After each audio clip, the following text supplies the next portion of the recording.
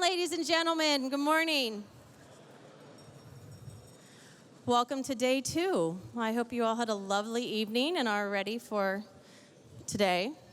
It's my honor to introduce you. Well, frankly, Eric Asimov needs no introduction to this crowd, but I have the good fortune of doing that. Eric, you may know, writes a column for the New York Times in the food section, and he's also the author of 2 books, and most recently was inducted into the James Beard Foundation's Who's Who of Food and Beverage. And we are very lucky to have him here today moderating this pretty spectacular panel. So, welcome. Thank you, Kristen. And it's great to be here this morning and seeing so many people who look alert, bright-eyed, wide awake. If that doesn't cover you, we have the solution: a lot more wine. It's an honor for me to be sitting up here with this distinguished panel of Oregon winemakers. You'll be hearing more from them shortly, but I just want to take care of a few housekeeping details. I'm going to say a few words first just to sort of frame the discussion, and then each panelist is going to speak for about 10 minutes.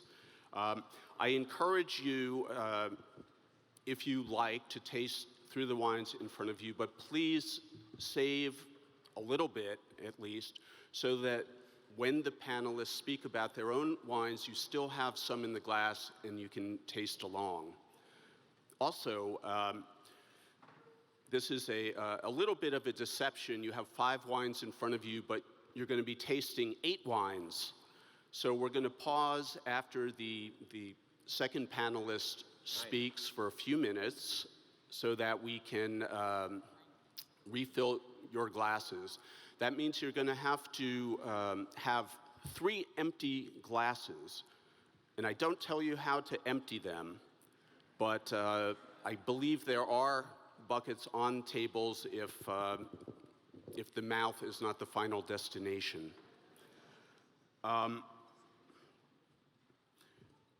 You'll probably also have questions for the panel, and that's great, but please save them for after the presentations. I promise you that we will have time for that. So basically, this presentation is about the relationship of 2 distinct regions, Burgundy and Oregon. Every good wine region has its own character, personality, and conditions, and if it's really good, it has its own sense of distinctiveness, which comes through in the wines. In the old world, these are characteristics that have been understood for centuries. In the new world, we're still trying to understand the particular, what makes different regions distinctive and desirable. Now, to make Pinot Noir in the New World is both a joy and a burden. No red grape is as transparent and as expressive of a place as Pinot Noir. And we know this because of Burgundy. Over centuries, Burgundy has demonstrated the innate ability of Pinot Noir to convey the intricate details of a particular place in wines of finesse, grace, and beauty. It's also given us the archetype for how to organize a region in such a way that these often minute characteristics, differences between wines can be expressed consistently over time. Now, Burgundy is a tough act for Oregon to follow or any other region that wants to specialize in Pinot Noir. And it poses the existential question for any Pinot Noir producers. How do we embrace the influence of Burgundy while going our own way.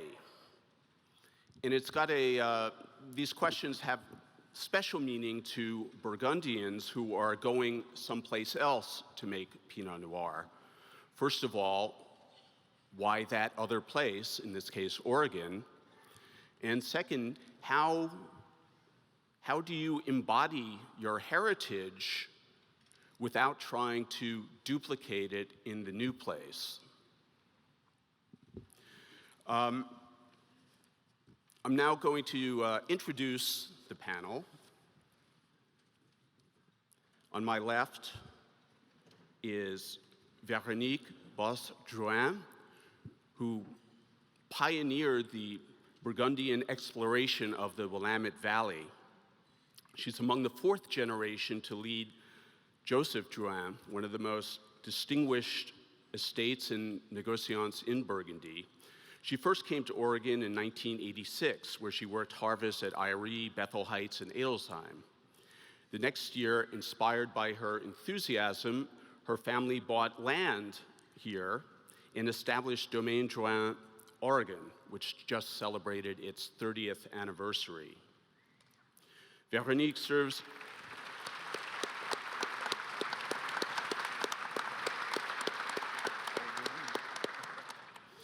Véronique is the winemaker at DDO and also oversees the winemaking at Joseph Drouin in Burgundy.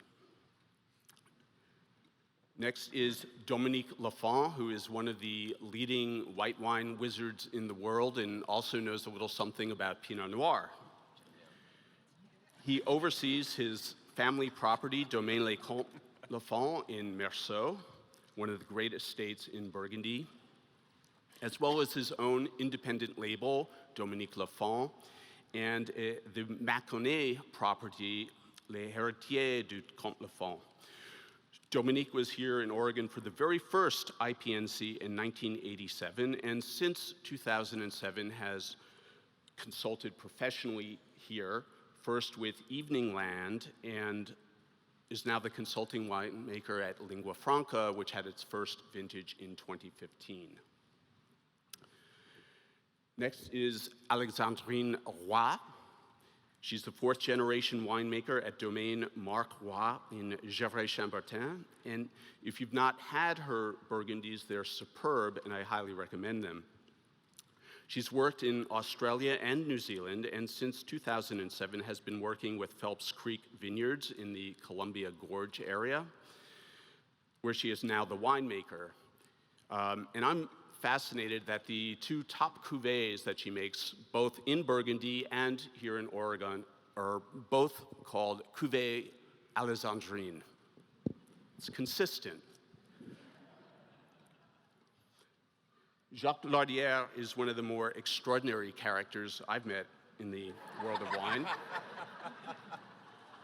He joined Louis Jadot in 1970 and was appointed technical director in 1980. Over 33 years under his leadership, Jadot became one of the leading houses in Burgundy. And when he retired from that job in 2013, Jadot was in the process of buying the Résonance vineyard here in Oregon and prevailed on Jacques to oversee that project. Jacques once said to me, "When you drink wine, you must realize that you are drinking more than wine." And I think that quote epitomizes Jacques. It's deep and brilliant, and you can spend the rest of your life trying to figure out what he means. And finally, Jean-Nicolas Méot heads one of the most celebrated domains in Burgundy, Méot-Camouset in Vaune-Romanée. He took over the estate from his father in 1989, working with Henri Jaillet to learn the intricacies of the vineyards, many of which Jaillet himself farmed for years. The domain's holdings now include 6 different Grand Cru and 10 Premier Cru. Since attending IPNC in 1991, Jean-Nicolas has been fascinated with the Willamette Valley. In 2014, he and a partner, Jay Boberg, a musical entrepreneur, bought the Bishop Creek Vineyard in Yamhill, Carleton. The first vintage of Nicolas Jay was 2014. Now, Before we begin the presentation, John Paul of Cameron Winery has a few words that he would like to say. A little over 30 years ago, David Lett introduced me to a vivacious, bright young woman whose name was Veronique Drouin. Little did I know at that moment that she was going to be a major force in the industry that I was in. A few years after I met her, she and her father started Domaine Drouin, Oregon, and that very act lended badly needed legitimacy on our fledgling industry. That ended up not being even the most important contribution they made. Within a couple of years, they came out with their first wine, and I still remember vividly when I tried that wine. It blew my mind.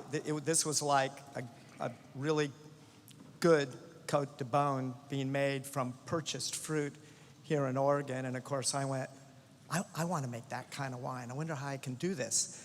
So I started peppering them with questions and kind of shamelessly finding excuses to go hang out over at their winery and watch what they were doing. And the Drouins were absolutely generous in their sharing the knowledge. They're basically accumulated hundreds of years of knowledge of making Burgundy. And that accumulated knowledge, which they shared with me, totally changed my relationship to this grape forever. And so I was thinking, since I have a public forum here, this is my chance to actually thank you in a way that I never really have. So thank you.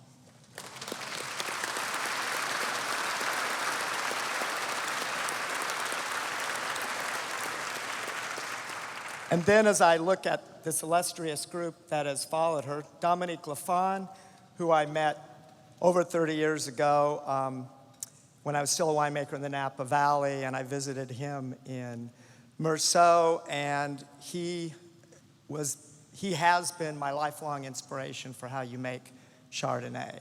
And again, he was just so generous in sharing with me his technique. So thank you to you.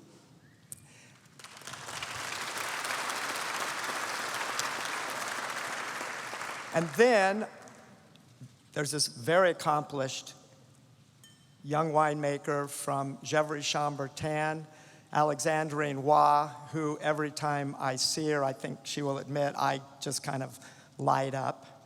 And so thank you for your presence.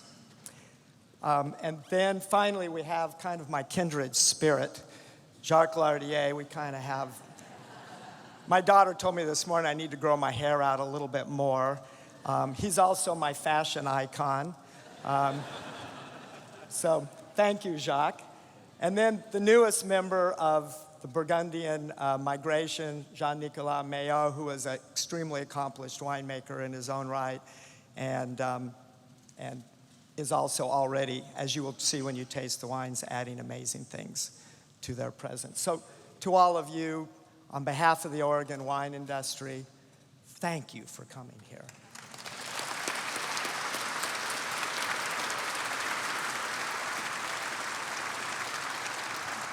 All right. I think John's going to have to work on the elevation of the hair a little bit. Think cumulus. So let's begin. Veronique, would you begin, please? Yes, thank you, Eric. John, thank you so much for your kind words. And I think on behalf of my friends here, I would like to say that, yes, we are here, but you really welcomed us as friends and not as strangers. That made a huge difference when we came. Maybe you were thinking, what are these French going to do 30 years ago? But the welcome we got here was unbelievable. So I will pass on the compliments to my father, because I am sitting here today, but he really is the one who had the courage 30 years ago to believe in the place, to believe in Oregon, and to start a winery. So IPNC 1987, the first IPNC, he was invited by the board to come and talk. But he also was invited by David Adelsheim to come and see a property here. And that didn't happen by chance. He had been in the valley in 1961. Nobody was making wine. He was selling a little bit of Burgundy wine here, and his distributor said, Robert, I have to take you to Oregon. It's a beautiful place, and we may see a few customers. So they drove up the coast from California, arrived here, and he was amazed how similar the shape of the Willamette Valley was to the Côte d'Or on a larger scale, but quite similar with the slope, the valley, and the mountains on the other side. And that's it. He went back to Burgundy. Many years later, well, not many years later, in 1967, Papa Pinot, David Lett, started to plant the first vines of Pinot Noir, and he started with great courage to make, against the advice of everyone, to make wine here.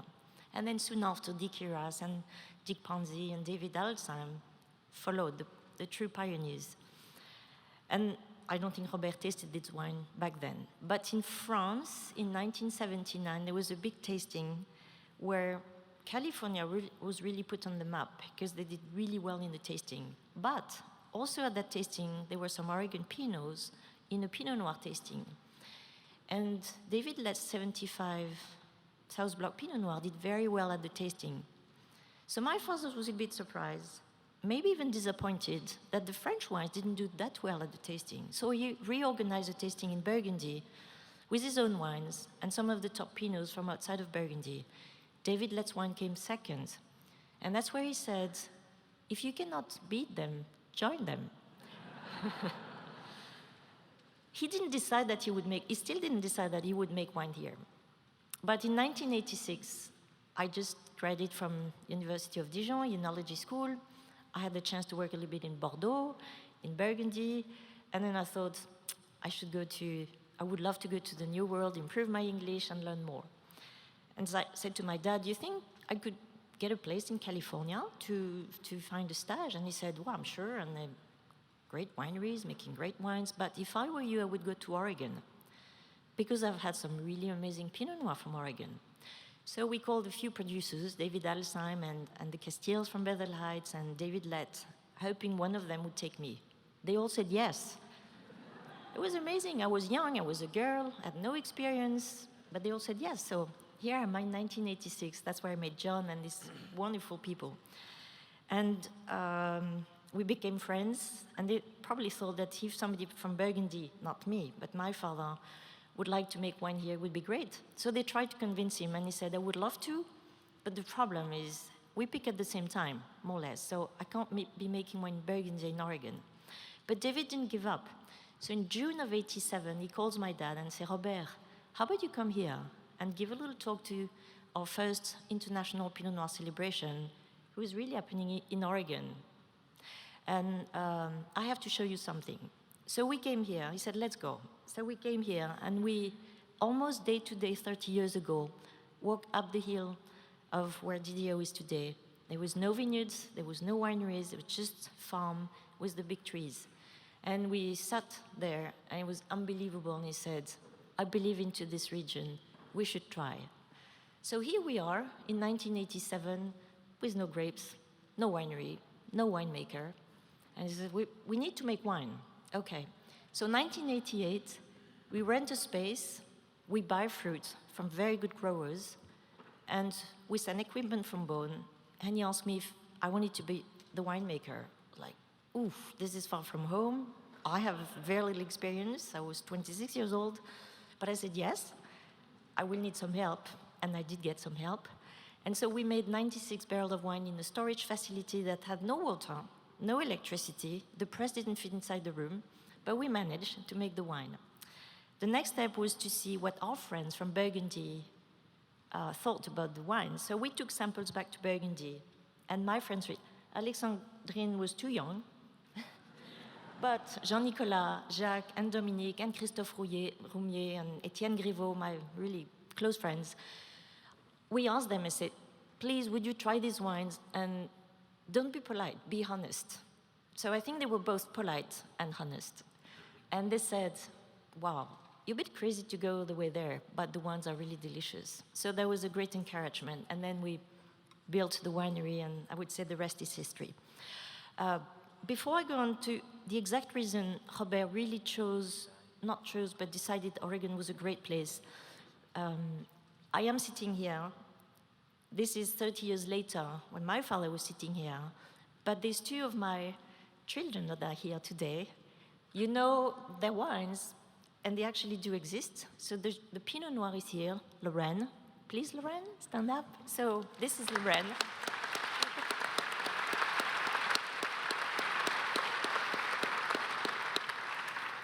And you may have come across a bottle of the Chardonnay called Arthur. He also does exist. S'il te plaît, Arthur. Merci. And the youngest one, Louise, is not here with us today, but she also has a little cuvée. And that's it. No more cuvée, no more children. I have two dogs, but their names are Pizza and Ciboulette, and I don't think for the wine. So the reason Robert really thought this place was great was because of the climate. Really, the climate was the thing. Pinot is not an easy variety. We love it. We think it's one of the best in the world for the beautiful, exquisite quality of it. But it's not as any grape. It doesn't like too much heat, doesn't like too much cold. So he did find here a climate that was, he thought, really good for growing the grapes. But there was a big difference to where we come from, is the soil. He was amazed how great the wines could be growing on such different soil. Volcanic soil, we have none of this in Burgundy. All the soil we have is limestone, marline limestone. But the truth is, the wines are great. So we started to make the wine. I'm just going to say a little word about the climate. Because 30 years ago, the reason we came here was for the climate. 30 years ago, the vineyard manager was saying, sometimes we may have to struggle with the rain in Oregon. As we know, it can rain a lot, but usually in the winter time, not so much in the summer, but still, it's cool climate. Today, if you speak with my vineyard manager, she would say, today we have to struggle with the sunshine. This is only 30 years and it has changed.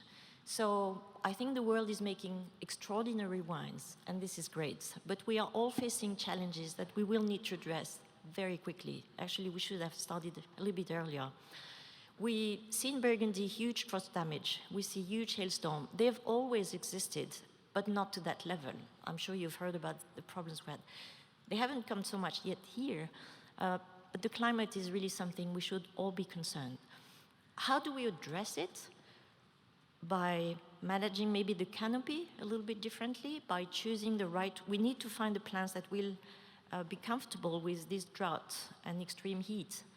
Oregon is okay now, but who knows in 30 years if the climate keeps warming like it does, what's going to happen. So anyway, this is just a little word about the climate.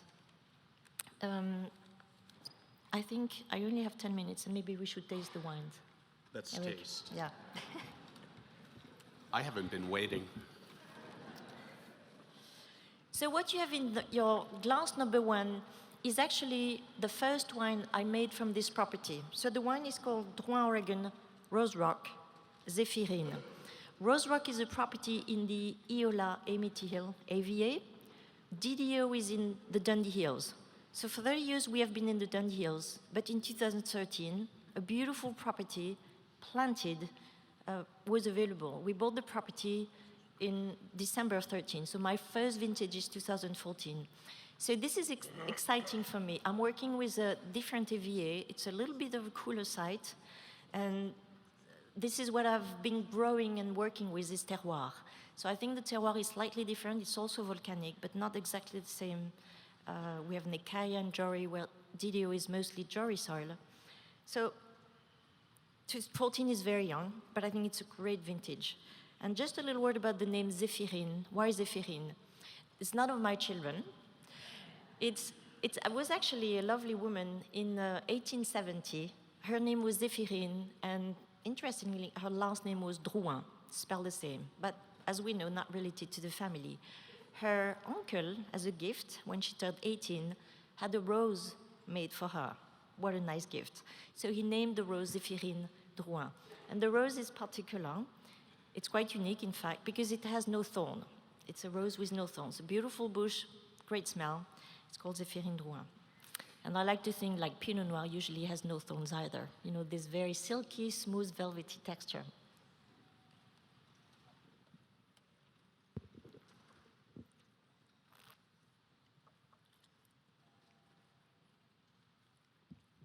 What we look for Pinot is this texture. It's not so hard to make a big wine. We have all the tools. It's a little more the challenge to try and get this beautiful elegance that the variety can give you. And it's not because they don't have the tannins that they don't age. My first vintage is 88, and we have a few bottles left. So we tried the wine last year, and it's delicious. Last week, we celebrated the 30 years. 89 is the first vintage we made at DDO. The wine was magnifique, was extraordinary. We really were blown away. We had no idea 30 years ago how long they would age. My dad was being asked, how long do you think the wines will age? And he said, well, I would think 8-10 years, no problem. Well, here we are 30 years ago, so Oregon Pinot Noir does have an amazing aging potential. Something I forgot to mention is back in 1988, when we got the first fruit. It's a very exciting moment. My dad is here, and he said, we have to celebrate this moment. First time we get Oregon Pinot in a little winery. Well, it was not a winery. So he grabbed a bottle of Chambol Musigny Premier Cru, and he said, we should toast with this wine. This is Burgundy. We won't copy this, but we should be inspired by this wine, because Chambol represents what we love. It's one of the village we really like. It's not the only one, but it really has a lot of elegance. And I never forgot that, so always has been kind of a guideline to me of we won't copy this, but we should be inspired by this wine. The second wine is from DDO. It's from the Dundee Hills, Cuvée Lorraine, 2012. Very good vintages. But lately, we had a range of great years. 12 was one of those warmer years, and the beauty of being in Oregon and this cool climate, even it can be a little bit warm in the summer, you could see last night, all of us put the sweaters back. This is what Pinot loves. Warm during the day, cool during the night. This develops the complexity of the variety. It's important, and Oregon has that. Not so many places in the world do.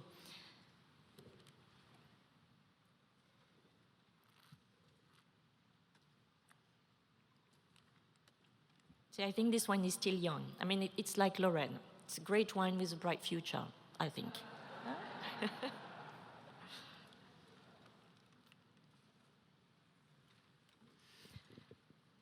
Veronique, I have one question for you. You mentioned climate change, and I think in the same vein of water resources, in Burgundy, it's not permitted to irrigate. No.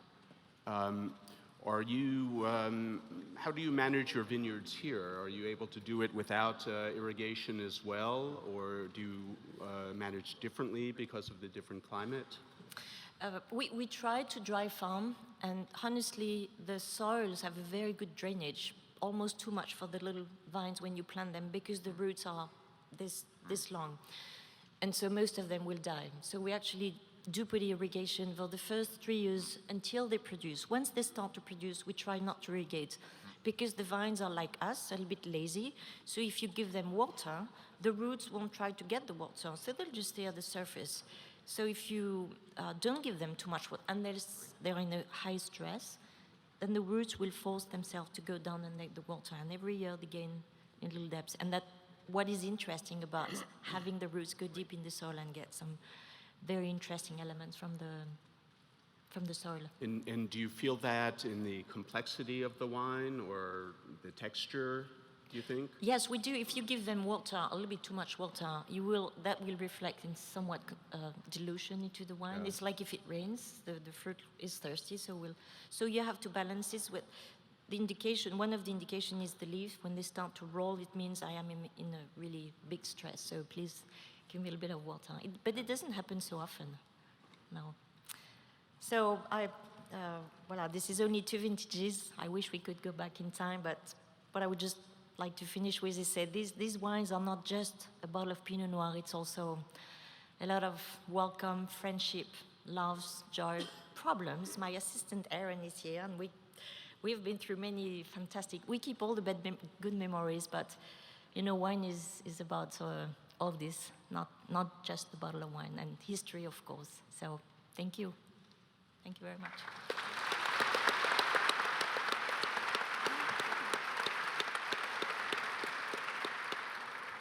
Thank you, Véronique. Dominique Lefond. Thank you. It looks like I'm the black sheep here today, as I only make Chardonnay, and it looks like I'm quite good at that. So I would like to be more precise. And as for Comte Lafon, for all of you, the wine is also available in red. And it's good. you know, it's offered, it's on the market. And also, just mentioning that we are at the IPNC, so it's Pinot Noir from Oregon, and it happens that there are some Chardonnay planted, and I know for a lot of people, there's a little interest into the Chardonnay production of Oregon. I would like to mention that it's going better and better every year, and no doubt there's a climate, the cool climate helps to produce both Pinot Noir and Chardonnay in Burgundy and also in Oregon. So we're here today to speak about Pinot Noir. So I'm going to try, but don't trust me that much because I don't know much about Pinot Noir. As a joke, I could tell you that I started consulting in Oregon in 2007, and I was hired by a person named Mark Tarloff, who at the time had acquired or got a lease on a beautiful Seven Springs vineyard. And I thought that guy from New York had to know or meet founders of the Oregon viticulture and production. So I managed to organize a dinner with the Ponzi family. Hello. And maybe I think a lot of you know Dick quite well, and he has a great sense of humor. And actually, I introduced Mark to Dick, and Dick looked at Mark and said, "How come you hired Dominique? He knows nothing about Pinot Noir. The only thing he makes is Chardonnay." So it was a great start for me. You know, I was trying to get as much money as I could out of that contract. It was so funny. So anyway, that being said, my first visit to Oregon was in 1981 after my study. I was a trainee in California. And by chance, I got a visit to Oregon.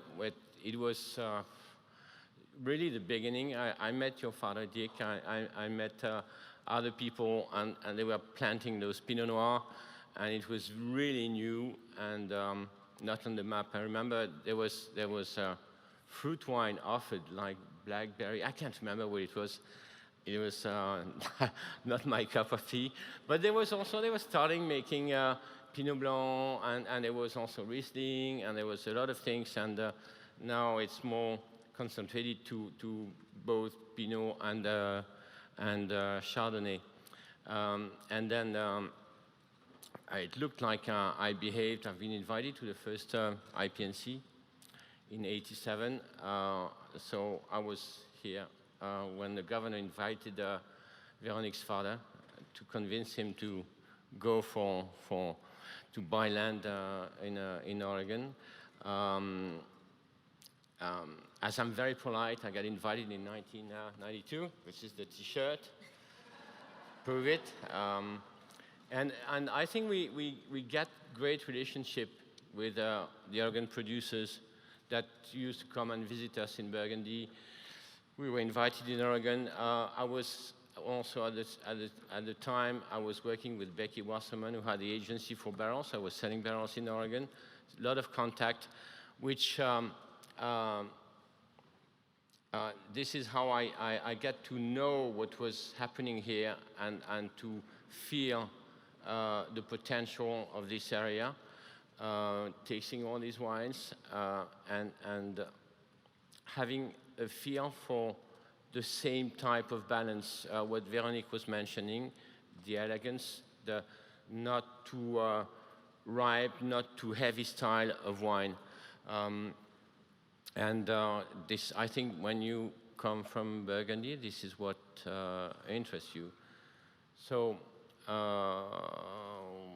I'm going fast now. Now we're in 2007, and after Dick Ponzi's dinner, I get the deal, and I started working with Marc Tarloff, and the winemaker at the time was Isabelle Meunier. She's a French-Canadian, and we worked on that exceptional vineyard, which is called Seven Springs. It's in the Eola Amity Hills, and the first time I walked that place, I really fell in love with the place. The landscape is amazing, and globally in Oregon, I like that Eola Amity Hills area. It's a beautiful facing east vineyard. We had both Pinot and Chardonnay, the chance to have old Pinot Noir for Oregon standards, like 20, 25 years old. And so we started, like I think everybody starts in Oregon. It was a custom crush. It was not very well equipped, and this is how many people start here. And after the first vintage, we get a real cellar. We get better equipment, and I think what is really interesting, and you find out afterward, it's intellectually it's really nice and interesting to meet new places and to try to understand what that place can give you in terms of quality. So it requires a bit of time, like taking each block separate to find out what is the potential, where you are going. And also, I would like to mention one very important thing. Well, of course, when I consult in Oregon, I bring my knowledge to the winery. But I think on the way back home, I have learned a lot, and I think my job here feeds a lot of what I am doing in Burgundy, because you ask yourself a lot of questions. Being from the old world, I think there's a time when you kind of do it like this because you have always done it like this. It's very it opens your mind to be in a different situation, and the goal when you're faced with that is not to copy, it's to invent something which keeps the style you have in mind, but also respects the place. I think anytime you go for a place and say, I want to copy what I've done, you're wrong, and because you never get to the level. So I know when I started here, I felt my goal was to make great Oregon wine and to find what was the style of Oregon and what was the style of the vineyard. It's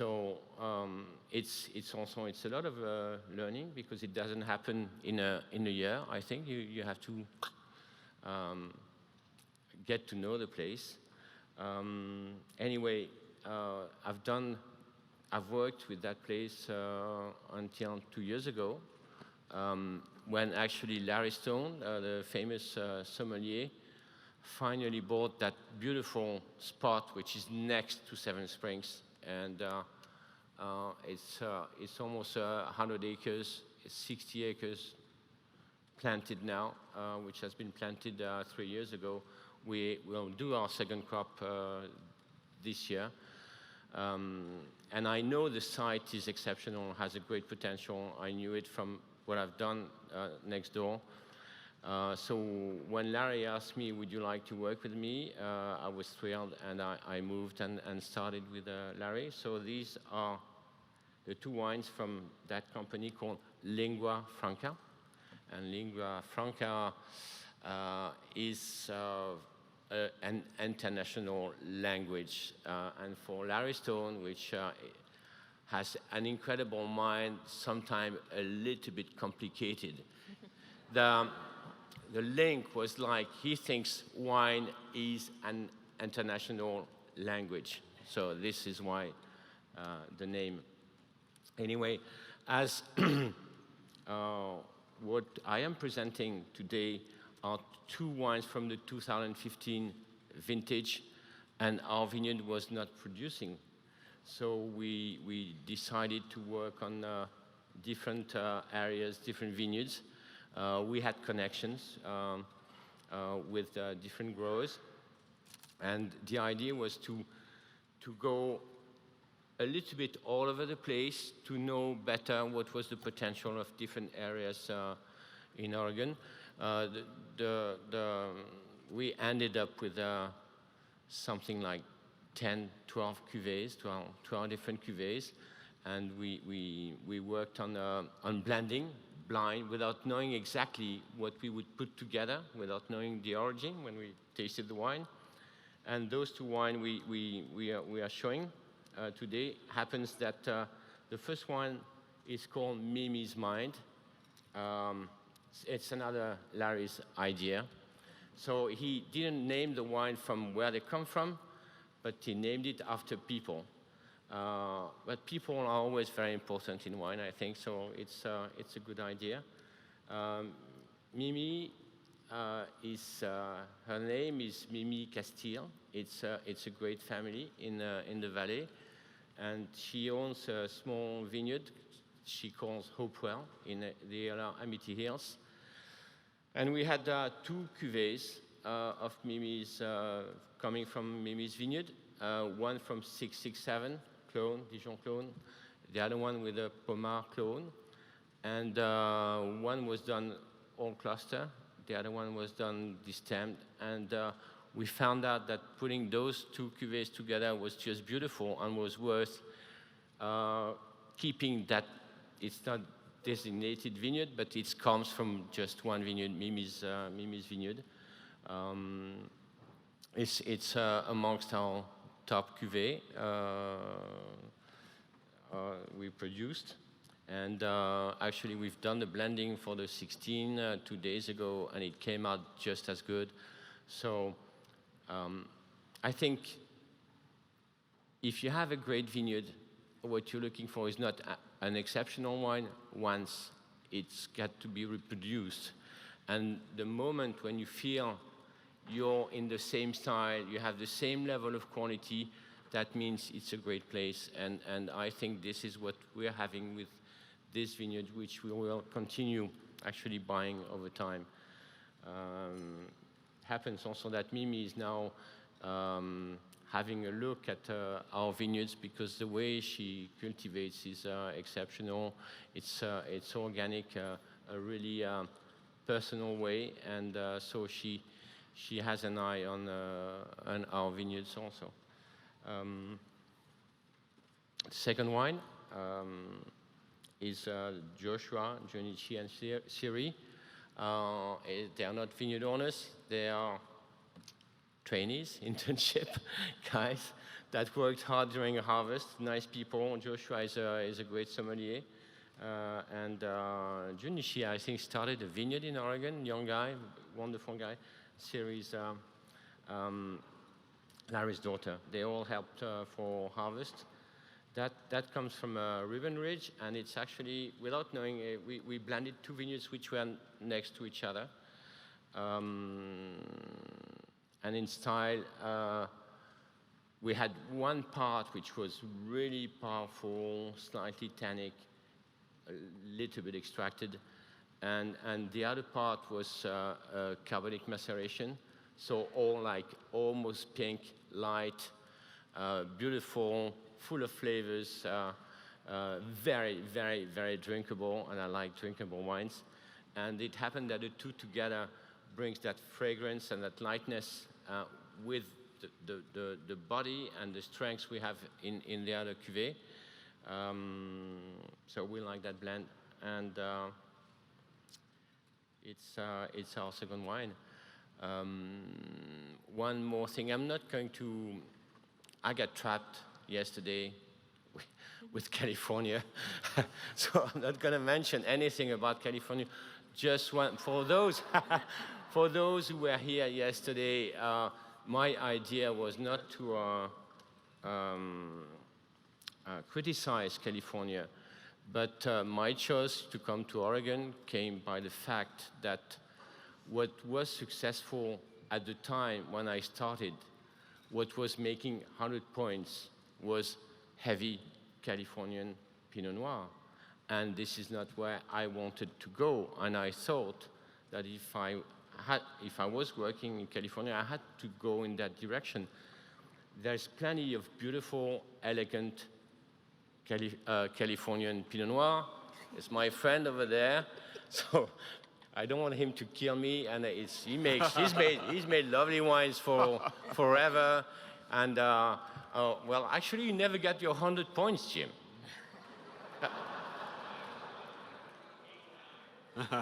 Yeah, that's the most you get, and. But he's pleased to hire authority. It's interesting that if you make it elegant in California, you get 89, and when we make it elegant in Oregon, we might get 94, 95. It always depends on where you come from. Anyway, I'm finished. Thank you for your attention.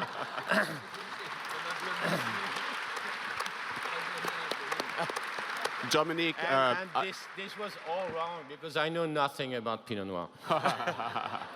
I do have a quick question for you. In Burgundy, you would not be blending the fruit from different vineyards regularly, but you're doing that here. Does that feel unnatural to you, or is it fun? Yes, in Burgundy, it's one shot. We have one place, one vineyard, one grape. We make it. We try to succeed, and this is it. So in Oregon, true, we do blending. I think it's, first of all, very interesting because you can level your quantity in a way. And to me, it was a first experience. And I think intellectually, it's just amazing. It's a lot of work. It takes a lot of time. And you have to be so precise because sometimes a little bit changes the wine a lot. And you have to use your imagination, like, oh, those two wines should go well together. But sometimes the wine doesn't follow your imagination. I don't know why. It's something very, very special. So it's time. It's a lot of time. We usually do it. We have 3 or 4 around the table, and we start again and again. And we have in mind where we want to be. So we keep on trying until we're happy with the wine, with the quality of the wine.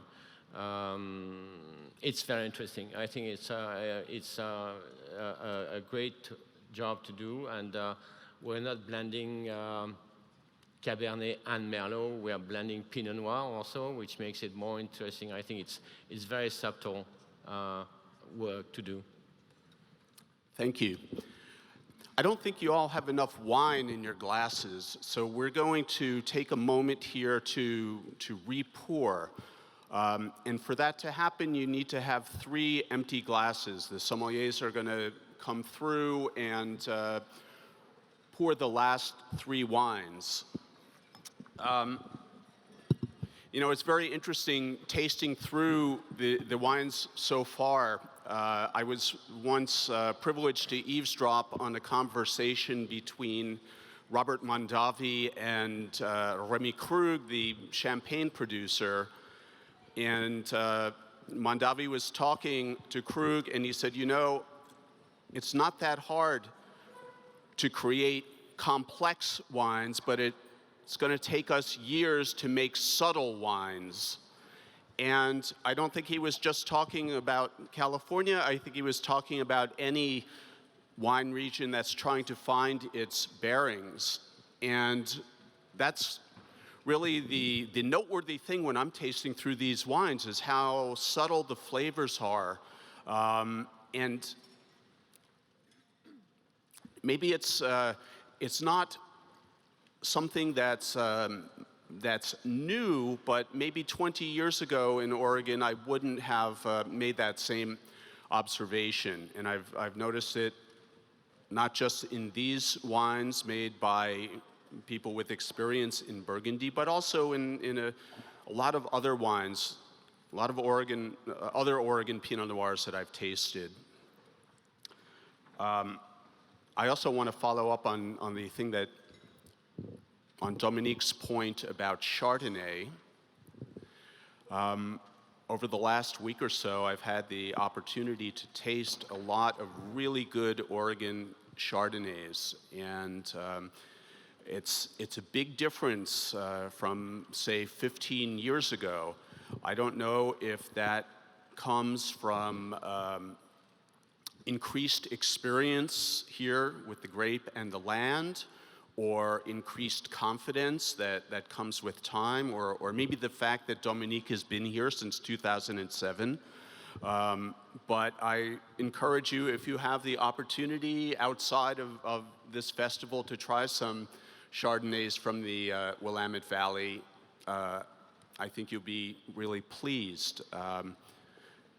The other thing I've found in the last week is while Pinot Noir and Chardonnay are the dominant narratives in this valley, there's also quite a lot of experimentation going on with other grapes, not to replace Pinot Noir and Chardonnay, but just to supplement. And I've had some very unexpected wines. Oregon Gruner Veltliner, Aligoté, Trousseau, Dolcetto, Nebbiolo.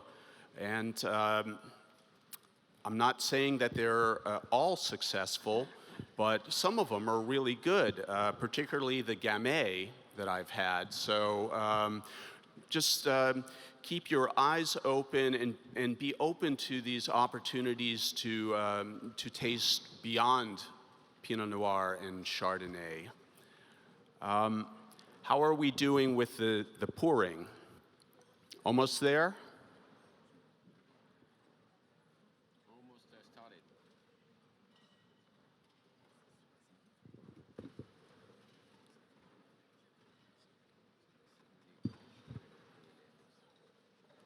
Whenever you're ready to begin, I will quiet them down.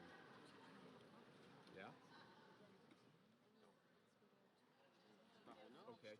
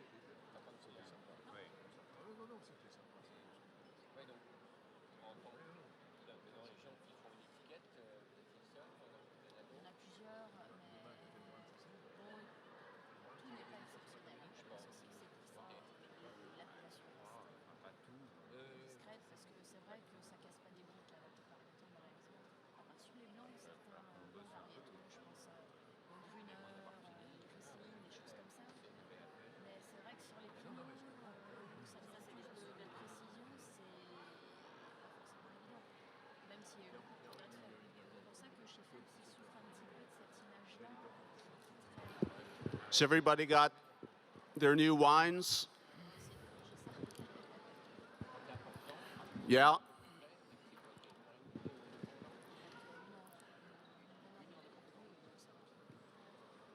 That gentleman over there is looking for wine.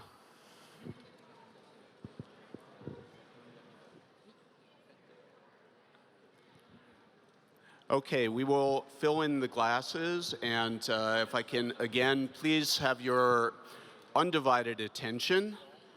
Yeah.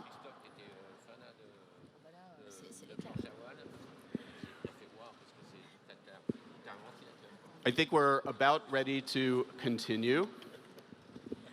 Alexandrine Roy. Bonjour, good morning.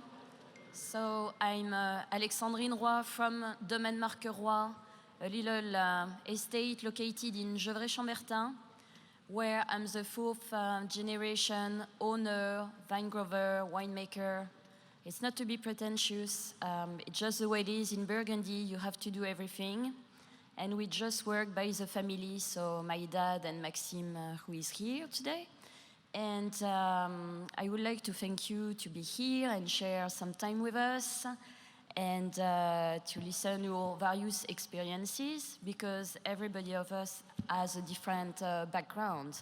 I'm not as famous as all those folks here, but my thing is I always try to do my best, coming from this little estate in Burgundy where I just produce village appellation. So my story is a bit different from all the others because I did my first IPNC in 2004, and I come every single year till 2004, so that's a long time. And if I'm coming back, it's because I really, really like it, of course. And so I had a unique chance to meet Bob Morris, the owner of Phelps Creek Vineyards, in 2007. So Bob Morris, please stand up.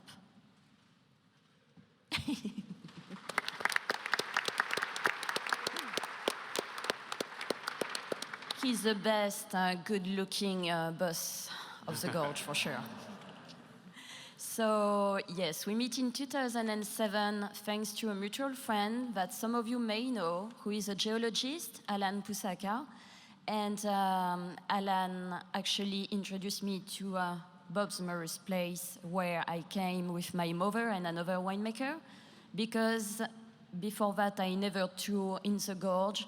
And for some of you who don't know where are the gorge, it's actually located just 60 miles east of Portland, where PCV is up to Hood River. Hood River is a famous village for kitesurf and extreme sports. This is always very windy, and it's one of the most beautiful sites that I know. So when I came up here, I just fell in love with the place. It was so bucolic and charming. You have Mount Hood just front of you when you're at the deck. And you have as well the orchards, the cherry trees, and the vines, of course. And down of this, you have the river. So anyway, I really recommend you to go there. It's not that far, and it's really worth a try.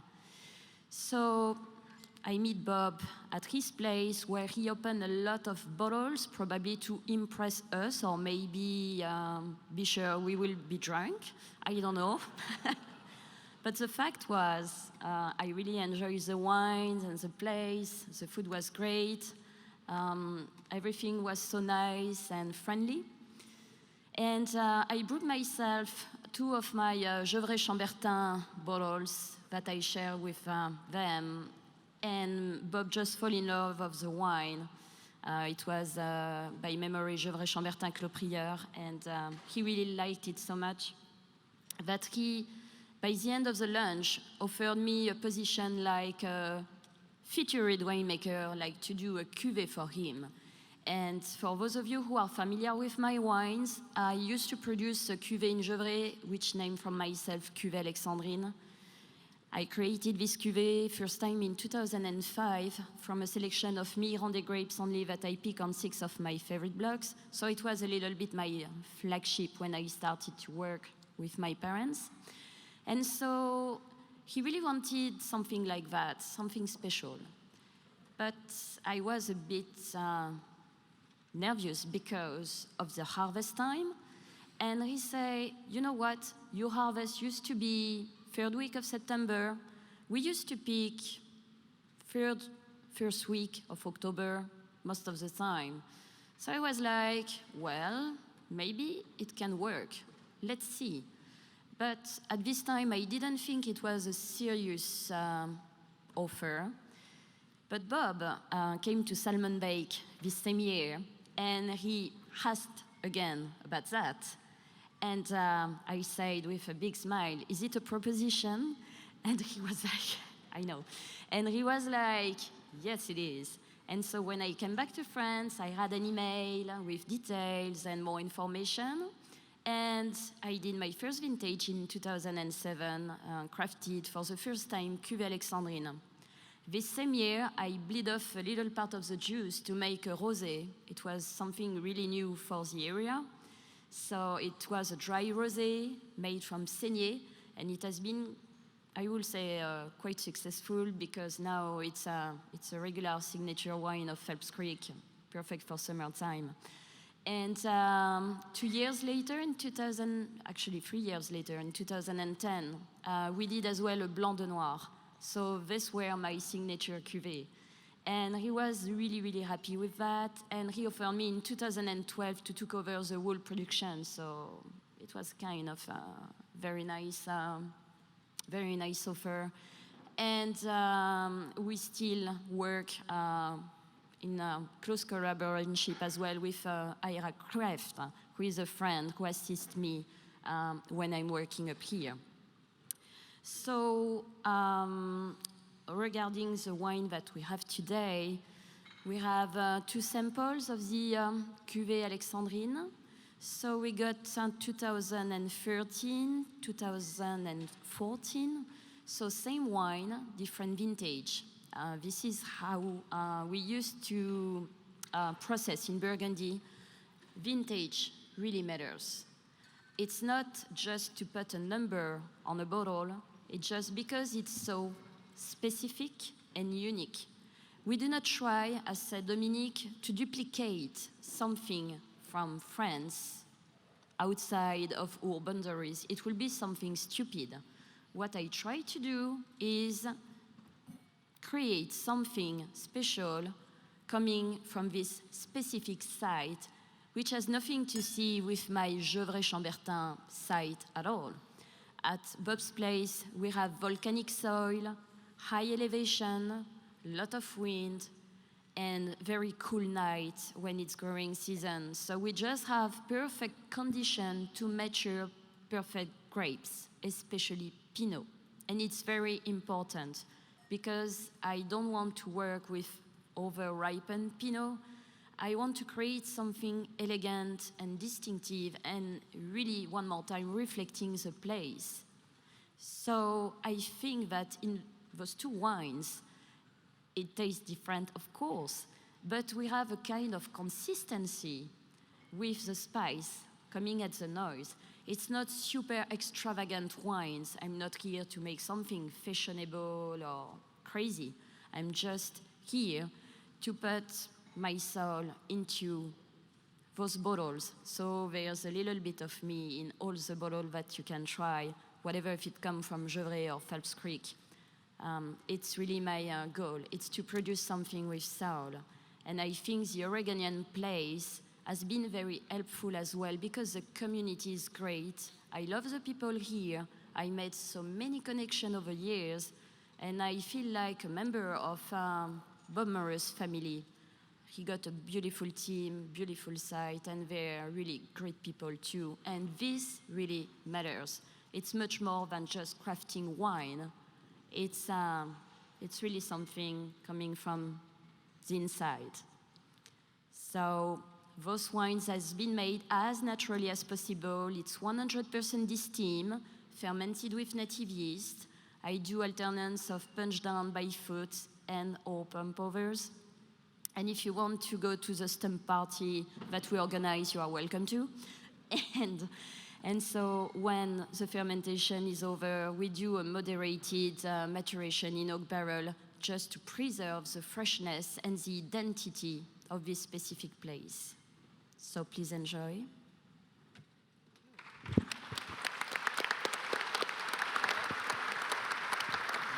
Alexandrine, I think most people reflexively associate Pinot Noir in Oregon only with the Willamette Valley.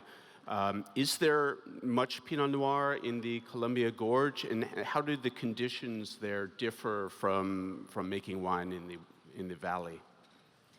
So the best thing about the gorge is probably the timing for harvest, because it's always delayed compared to the valley.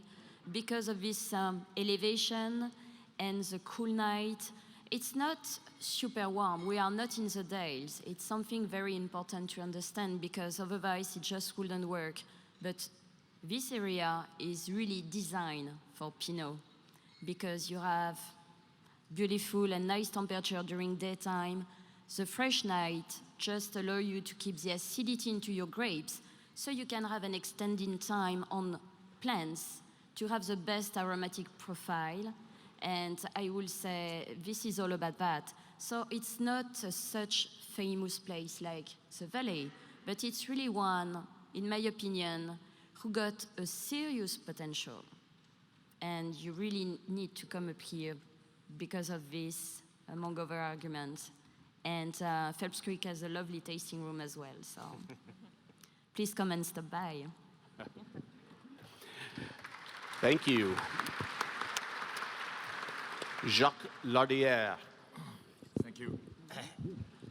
Morning. You know, for Jadot, you see, I have a very small speech to say, because we arrived very later in your country, donc also it was Eric and me, you see, later you arrive, less you have to speak. It's very nice, I appreciate it. It's good. You know, donc we are, of course, I worked it for Jadot a long time ago, and we have in our idea for a long time ago the opportunity maybe to find some places, you see, outside Burgundy, of course, to produce Pinot Noir and why not Chardonnay, grapes, the major grapes in our country that we know better. Also, you see, I retired in 12, and we have had the chance at the same time, you see, to have some guys from Oregon, Kevin Chambers, you see, we want to sell his own vineyard, you see, in Resonance, the name of his vineyard, own vineyard in Yamhill Carlton. And we came to, why not, to look around, because it's already time, you see, I have more free for that to engage the process, you see. And we, for me, I came in April, and I was very, very impressed by the sensation I have. Because, you know, for us, you see, and like in Burgundy, generally speaking, you see, you feel, you see the place. It's a very animist position, but it's very interesting to have a good connection with the ground, you see, what we can expect it. You see, we arrive in a small place, you see, we have less than 20 acres. You see, reds, wine, we have a little Pinot Gris at this time, you see, a little bit, we craft now in Pinot. And it's biodynamic, handcraft vineyards, you see, planting the first one in 81. It was a gift for us. We said, why not? But you see, to determine that if we want to match something, and also at the same time, if we arrive in your country, is also to stay quite long. It's not to stay 10 years or 20 years. It's really to found it, you see, a nice place, a nice range, you see, like Resonance mark, and we continue to follow and continue to understand. It's something very interesting because, you know, we know that Pinot, we can produce a lot of wine. You see, in the world, we produce a lot of Pinot. but it's something that we don't like exactly to speak about just Pinot Noir. For us, Pinot Noir, you see, in Burgundy, we don't speak about Pinot Noir. We speak about AVA. We speak about the name. You see, all places we have name. And we need, for us, to have the same approach here, because as I said yesterday, you see, we have a community, the roots vine community in Burgundy for a long, long time ago. And you are going the same way here, you see, and it's why we want to have a reading with you about that, because it's very interesting for us. We know that we will not produce something like we produce in Burgundy. It's not the problem. You see, we need to produce something very authentic for you, to understand what this country are able to produce. Alors, of course, it's not been that we are better than some others, but we have maybe some curiosity again. You see, very, very curiosity, because this discovering make, like you said, to try to create it. But create it alike in our philosophic way. It means that we need not to produce Pinot. We want to produce, for example, for us, you see, and it's for my friend, it's the same thing, and for all the winemaker, I think, in this country, is to produce, for example, resonance wine. You see, it will be to produce a dandy wine. It's to produce it's very interesting to be outside the Pinot. The reading must be more reading about the minerality, you see, and the strange part of this level of vibration we can receive, you see, to have a good, we think, a good beverage, a good sign. It's very important, because it's not to make a baby, what we said, baby bottles. It's not interesting. You want to make something that you feel well when you drink, you see, and it's very important. And also, donc we arrive, we do that. We have no places, we have no yet winery, tasting room. It's complicated. You see, we have had quite fortunate to meet James Fry in it's a Trisatom winery, you see, in Ribbon Ridge, located in Ribbon Ridge, and we are in the barn. Not in the winery, but in the barn, because in his winery you have no enough places, but on the barn we send some vats from France, you see, and we have our cask. It's, for a lot of people, it's not really comfortable, but it's a west side for us, you see. It's what you discover. It's like Veronique explained, you see, about 20 years ago. Here we are like that. Alors, why not? I am not afraid at all, you see. And it's very interesting, because like that we have no temptations to try maybe to imagine something different. Also, we are very, very natural, you see, and it's interesting. Donc we use, for me, you see, the same process that we use in Burgundy, because I think it's a very interesting process for a lot of grapes fermenting. And also, it's a own way for me to understand what it could happen, you see, to understand how much the grounds are able, you see, to open the spectrum of the flavor for the Pinot, because the key is here. You see, when you have the difference in Gevrey-Chambertin, for example, or Chambol-Musigny or Vaughan Romanée, like that, you see, this is the organization. You see, about on the one you have the same molecules, something, but some plus or less top, you see, on the spiral for the vibration. And like that, they have the opportunity to match it between them, between it, you see, and to produce something original. And it's why we want to try to understand how much is possible to do here, you see, to open this, to have this vibration, very interesting. When it is well made, it means that it's affected at the place. It's not affected at the winemaking. After that, it's affected at the place. And it is very important for us. We try to do that a lot. We don't know that we will arrive, but it's just the dream. You see, and of course, for the secondly, to know that it's the people we like, because it's not sure. At the end, we have to sell too, of course. You see, you can drink everything. We drink a lot, but not everything. And also, donc we know we are working like that is a proposition, and it's why we have had opportunity to buy in 14 little acres, you see, in Dundee. You see, and we produce, and it's of course it's not the same AVA, but we have the same process. Donc it's why it's very interesting for us to know the difference and to know what we expected in the future. You see, and we have, of course, to work, to understand, because, you know, we can speak about something we don't know.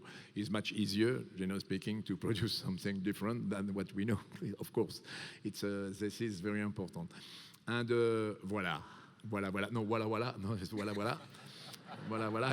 It's more, we're in Yamil Carlton in the Dundee. It's no confusions about that. That's it. Okay, huh? I'm good. Huh? I'm quite.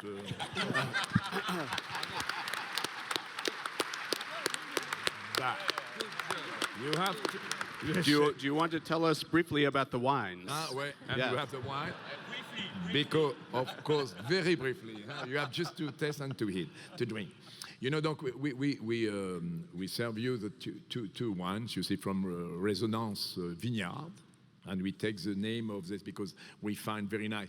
You see, we are very fanatic about the spectrum and vibration and the combinatoire you could have for this agility, molecular agility. You see, it's very interesting for us to explain, you see, Burgundy and to explain the climate and the difference, because we have the same thing at the beginning. It's always what never to have to forget is the same molecules, but the organization is not the same. And immediately you said, it's Von Romanet, is Echezeaux, is a great wine making by my friend.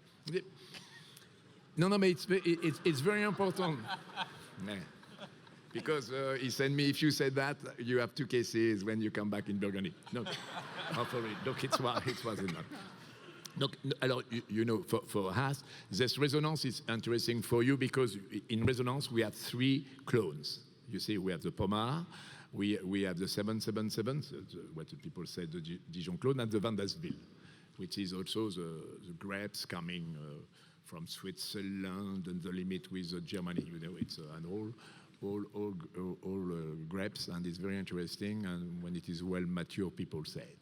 And also, donc it's a blend of the propriety. Donc we have no blocks, something like that.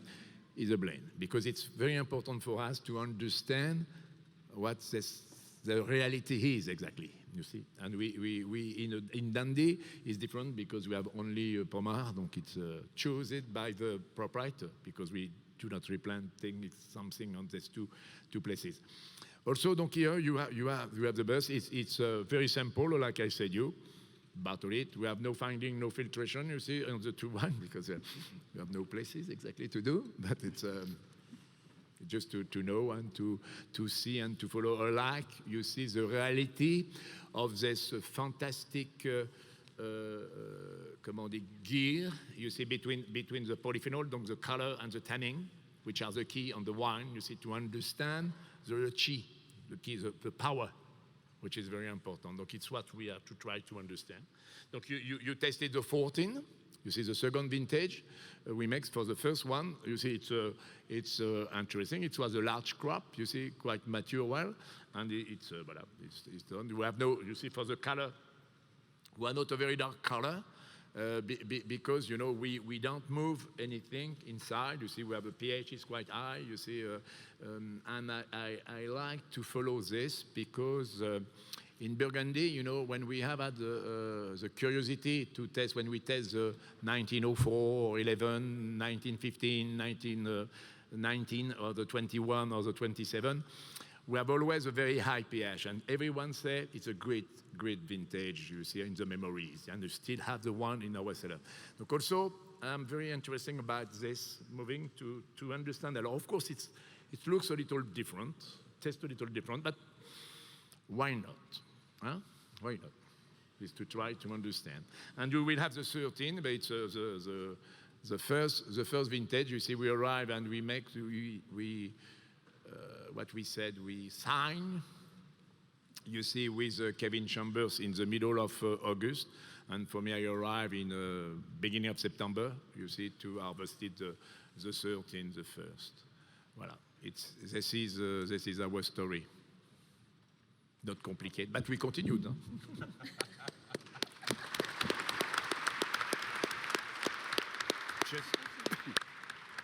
Thank you. Jean-Nicolas Mayo, you've been waiting patiently at the end of the table. Just one more thing. Just few more. No, but it's very interesting because what I explained, you said what he said. It's why, because we need to deliver you see the spirit of the ground, you see. Donc what you have on your mouth, you see, to your tongue and your palate, you see this vibration you have on this is very interesting because you know that you have the sensation of the ground of the mother rocks, which is the key. Thank you. Thank you. Jean-Nicolas may be waiting not so patiently at the end of the table. Thank you, Jacques. Two cases. Okay, so I'm the newcomer here, the most recent guy to come and do wine in Oregon, although my first trip to Oregon was at IPNC 91. So it's not so bad compared to the others.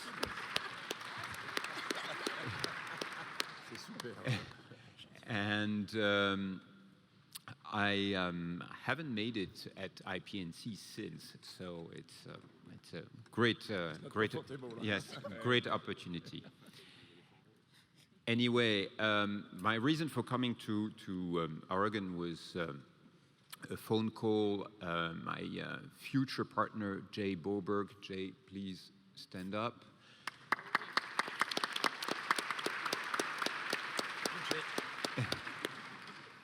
So a phone call my future partner, Jay Boberg, gave me in June 12. And he told me he was toying with the idea of making wine in Oregon and asked me whether I would be interested. And my first response was a bit lukewarm, to be honest. But Jay was very persuasive. He said, we'll pay you lavishly, we'll take good care of you, you'll stay in nice hotels, and you'll fly naturally business. Nice t-shirt. And yes, we'll provide good things for you. And when nothing of the above materialized, I was already hooked enough to the region to continue. So, what lured me to the region? It's first of all, of course, I knew Oregon. I had tasted the wines from time to time over these 20 years. I had also monitored the progress of other wine regions in the world, New Zealand, California. We don't get that many foreign Pinot Noirs in Burgundy, but enough to have an idea. And I must say I was quite impressed with the progress of California Pinots, and I was a bit more reticent about Oregon because I thought, it's difficult to make out, to understand Oregon. The wines are so diverse, they're all over the place, until I realized it's exactly the same thing in Burgundy. And that triggered something, and I said, well, if the wines and the place allows people to express themselves, and if we have such a diversity, this is something that I should look into. So I then phoned some friends in Burgundy, and in particular Dominique, who was very enthusiastic and told me, well, you'll have great fun in Oregon and you can make great wine. And that was, of course, the main factor for me. Can we make great wine in Oregon? And also, I thought about the development of the region. I had not realized at the time how big Oregon had become. It's almost the size of the Côte d'Or now. the Willamette Valley itself. And there is a critical mass of good people, of a wine industry which really starts to take roots in the region also. And I think this is really important to have this kind of cultural effect happening, because terroir is also about culture, and the region being able to irrigate the whole.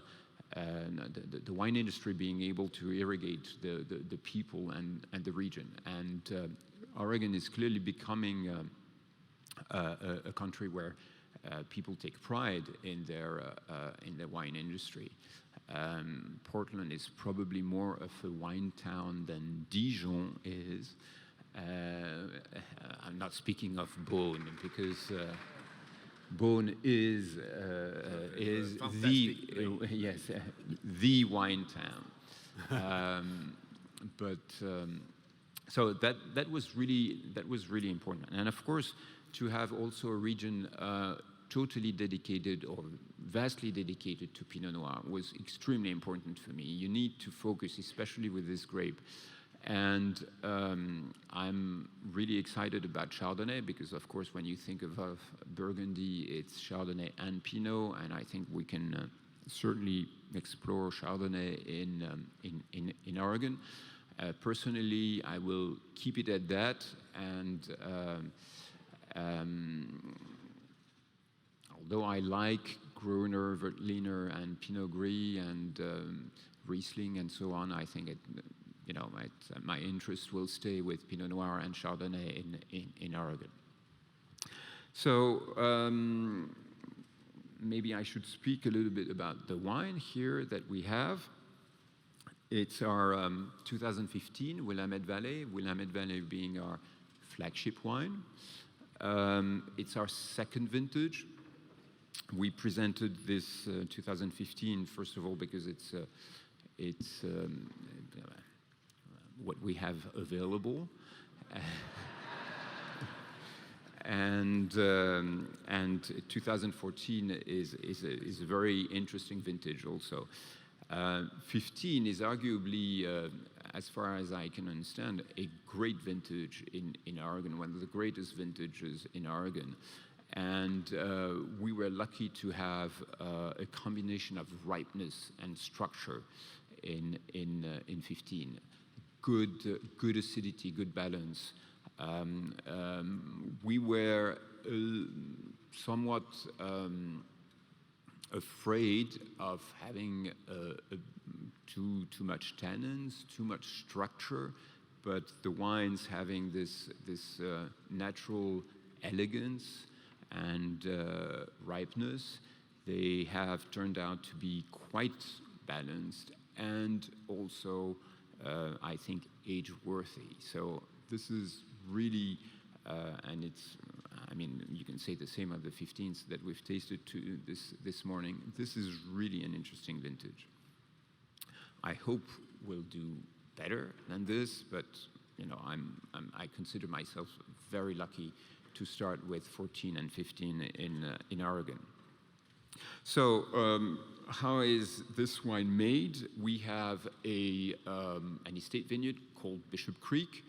This is approximately, this cuvée contains approximately 30% of our estate vineyard, and we source fruit from all over the valley, from various vineyards, and it's been really extremely interesting and fascinating to do these wines,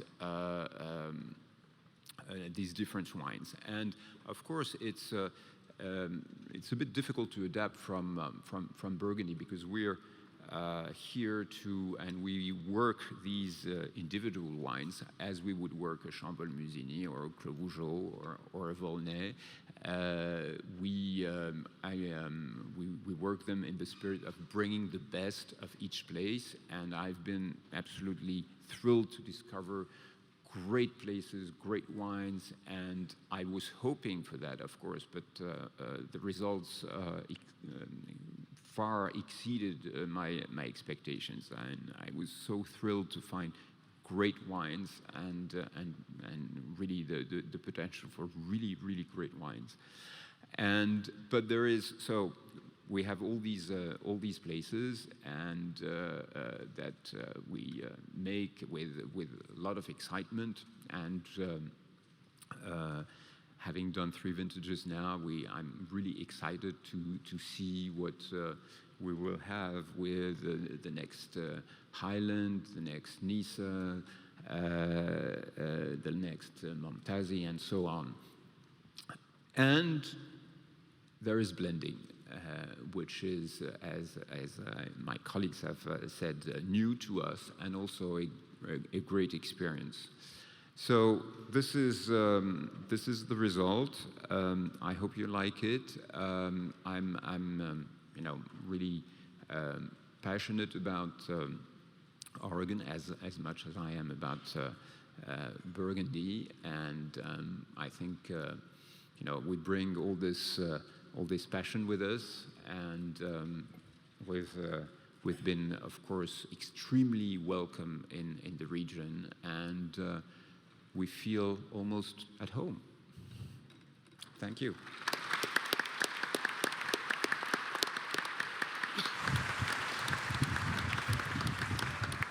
Thank you, Jean-Nicolas. We're going to open the floor to questions. I believe some people are wandering the floor with microphones. So when I call on you, please wait for a microphone so we can hear your question. And if you want to direct it at anybody in particular, please do so. So questions right here in front in the blue.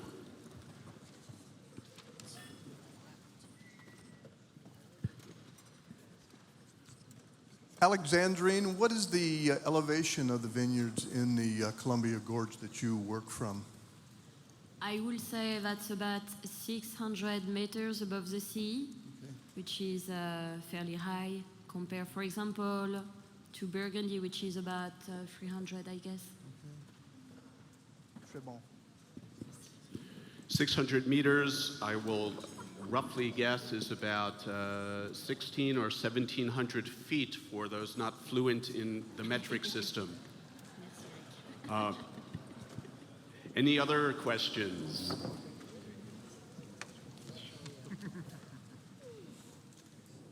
Yes, right here in front.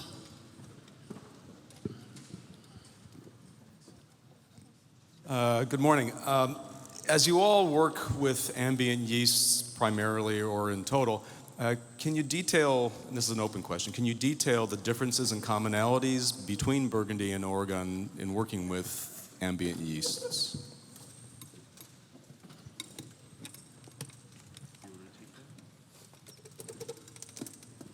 It works in both regions. Yes. I think we all agree when we spoke actually about this yesterday, like, do you use native yeast or do you inoculate? When we all started, we were advised, like, maybe it's a good idea to use dry yeast, commercial yeast, because maybe in Oregon it won't work so well. So we did, but we also tried the native yeast, and actually the result was stunning. So we all of us here use native yeast. The difference, in Burgundy, it's the same. So we use, like Jean-Nicolas says, both native yeast in the places. Now, how does it reflect into the wine? I think the wines are slightly different. I think the Oregon wines have a beautiful color, as you can see. They have a unique spiciness that I think is unique to Oregon. So if you have a blind tasting and you have Pinot Noir and there's a little bit of spiciness, could be sometimes resemble a little bit of Savigny-les-Beaunes or Vosne Romanée, to me personally.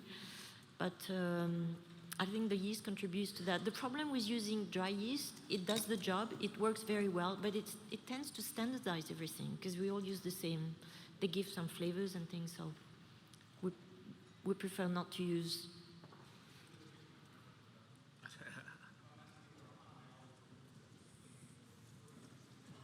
Are the yeast in Oregon different from the yeast in Burgundy, I think he's asking. or the For me- same? for me, Or can you tell? I don't know because we know what we have in Burgundy on the Rhone, but we don't, for me, I don't know what we have here. But the problem is what we need, speaking, is to have few families working together. The problem when we inoculate something, you see, you inoculate, it changed a little bit now because, generally speaking, is a mix of different 2-3 different variety, and this is very important because, in fact, you see, when you work, some of the apiculés, for example, start to work, they work to prepare the second wave, you see. It's very interesting. Donc, why, generally speaking, we like to have more white yeast from the country, if we have the, if it works, it means that it's okay. You see, we don't imagine that you are able to produce better because you inoculate with some selected yeast. Absolutely not. You see, you have some time. Just after the winemaking, you could have the dream about that. But normally speaking, it's never become a reality after 2 or 3 years aging. It's but something which is the cadence. The cadence, because we never have one family which are able to really deliver everything. You have never to forget that when we make the wine, it's about, for example, for the Pinot, the capacity of the Pinot, it's a little more than 4,000 flavors developed. So you imagine it's very important to have the different one working. We have not one family able to open like that, to create the molecules, major molecules, you see, and after that to burn. No. But I don't know the variety of the yeast we have here. I don't know. Maybe Laurent, maybe you make some karyotype about the yeast, something like that. No, because maybe some people in your country certainly do that. Because I imagine with the Davies, they certainly work around that. Huh? So let's move on over here in front, in the green, and then you, sir.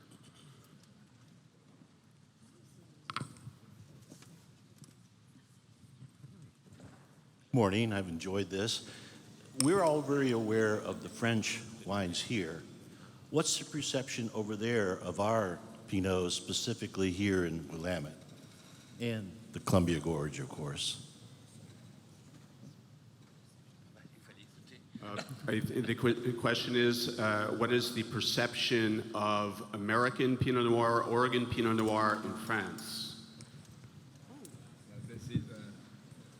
This is a question. Alessandrine, do you want to take that? Or? No, I don't. A few things. I think in between professional, everybody has tasted Oregon Pinot Noir, and everybody is interested in the wine, and they find out it's really nice wines. You don't, well, the area doesn't export much to France, so you don't get to see a lot on the wine list. It is changing little by little. I think, and I have Oregon wine in my cellar. I think we all have Oregon wine, so we try to promote, and when we have dinners, we show those wines, and people are enthusiastic. Now, one last thing. When I'm a little bit out of the wine business, and I tell people I'm with, oh, by the way, next week I'm going to Oregon to consult and to make wine. People look at me and say, where is Oregon? So I have to say it's just it's West Coast on top of California. So for I would say normal people, they don't exactly know where it is yet. I think for those who are professional sommeliers, people really in the wine business, know the wine, I've heard of it. But otherwise, it could be the same if you ask someone in the US, I don't know, in Texas, and where is Italy?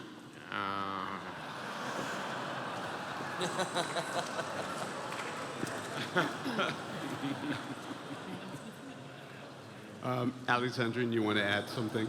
I'm just gonna add something. My boss and owner of Phelps Creek is also a pilot for Delta Airlines. So he used to travel with bottles all around his destination to promote his wines, of course, but as well as the Oregonian wines in a general way. And every time he brings some, it's very well acclaimed and appreciated. So I think the problem is more about France because it's a complicated destination to work with, trust us. And so that's probably the reason why. But I know that in Asia, in Great Britain, people are very familiar with Oregonian wines. Thank you. We had the next question right here, front row center.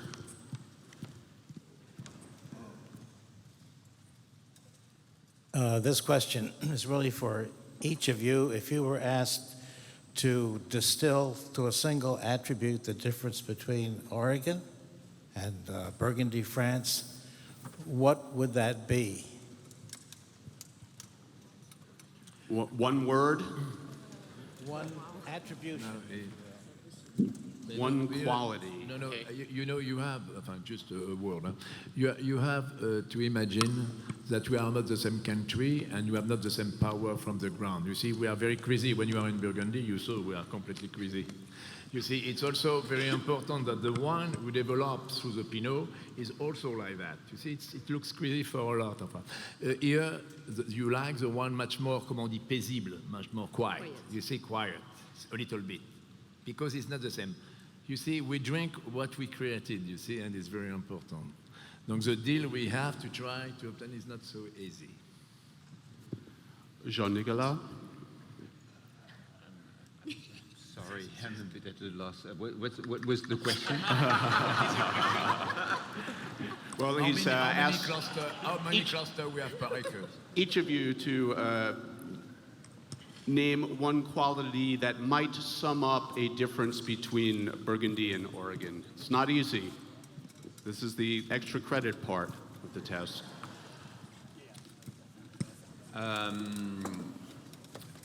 Methodology for Oregon and sensitiveness for Burgundy.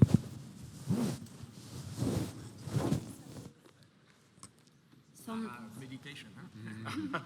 Sometimes American wines, whatever, if it's California or Oregon, are qualified sometimes about large wine with more alcohol compared to Burgundy. So there's a deal between, you know, the intensity, finesse, and power, in my opinion. I had another joke. It looks like when we're in Oregon, we're all on drugs, but it's fine. It's allowed. Now, to me, one thing which really strikes me when I'm in Oregon, in the cellar during fermentation, it smells much stronger. It's really something special, and I don't know what it does because,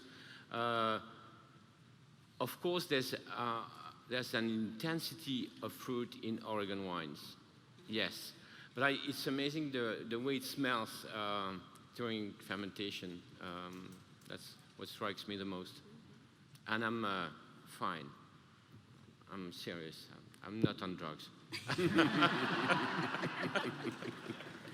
Jacques is on drugs.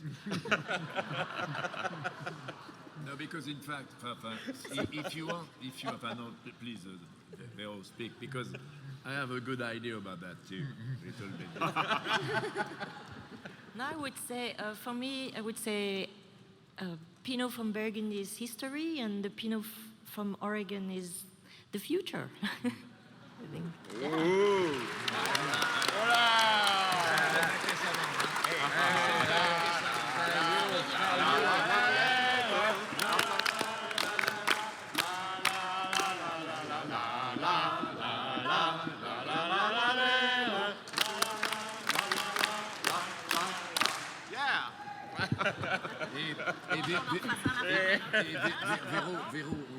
Well, I don't know if we can follow that, but I think we have time for one more question.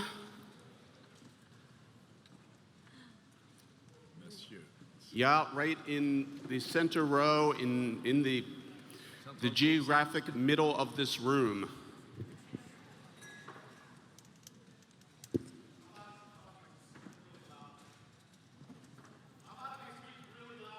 Like this, yes.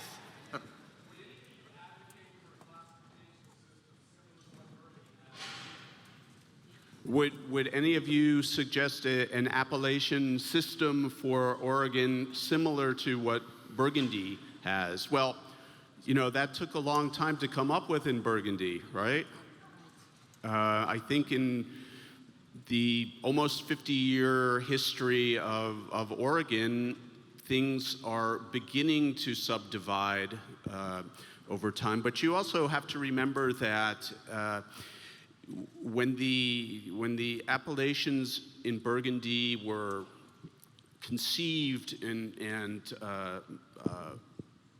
codified by monks first and over time, they had the power to actually impose appellations. Now, in a more democratic situation, you have a lot of other powers working against a strict and rational understanding of appellations. You've got economics, you've got politics, you've got rivalries, and it's not something that can really be decided in a rational way. So you may have a very generalized system, but I don't think you'll have the granular subdivision of terroir as you do in Burgundy. Would anybody disagree with that, or? Not much. In Burgundy, with that classification comes very strict regulation, which is slightly different in Oregon at the moment in terms of level of production, ripeness, all these things, which I think brings more freedom in the way you make wine. In Oregon, it's very, very strict in Burgundy. To make it simple for those things, the rules, in Burgundy and in Europe, we are only allowed certain things which are written. Everything else is not allowed. And if we want to be allowed to do another thing, it's got to be controlled and asked, and it's going to take maybe 10 years before we are allowed to do that. Last thing is like things to protect the vines against hail. It's an experiment, and it's going to be an experiment for 10 years, and in the meantime, the hails arrive. We love those nets, but we cannot use it.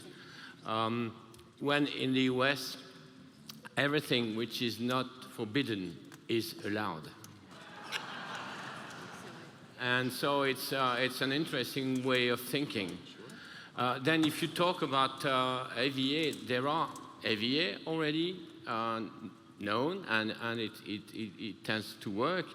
And the next level, and all of you know that some vineyards are famous because they make good wine. So it's like kind of a start of a classification, which is very internal to the producers and the consumers, who will little by little know that this special vineyard tends to make great wine, so that style of wine. And there's a lot of winemaking, as Jacques was saying, as an example. People just put the entire vineyard together, and they're not putting one clone, so they put all the clones together, and they show the place. And that's what you get in the bottle, and usually there's a name on the bottle which says X vineyard or whatever. So it's starting, but that industry is very young. Yes, if I may add something about the subject, I think that, yes, I would like to see an appellation contrôlée system in Oregon, perhaps not the same as in Burgundy. And when you think of it, the appellation contrôlée in France, it's more it's the rules are quite strict, but the way it was designed was quite different from region to region. When you think of it, Burgundy is based on terroir, but Champagne is based on brand. Bordeaux also. Alsace is based on grape variety. So each region has had its own way, and the regulations and the appellation contrôlée has come to validate the ways of a given region in perhaps stricter ways, but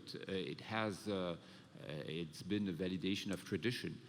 And I think that Oregon must do the same, find its own tradition, what works best for the region, and in a number of years you can, kind of have regulations that will recognize the tradition and the best ways for the region. So it has to be specific to Oregon.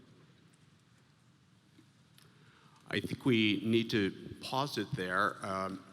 Let me say one thing about our panel. As somebody who struggles to speak coherently in a second language and sometimes even in my first, I am in awe of people who can speak so eloquently in their second language, and maybe in Jacques' case, their third.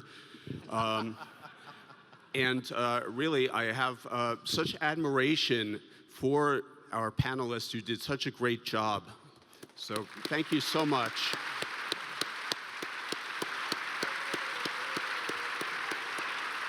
And thank you all for being such an attentive audience.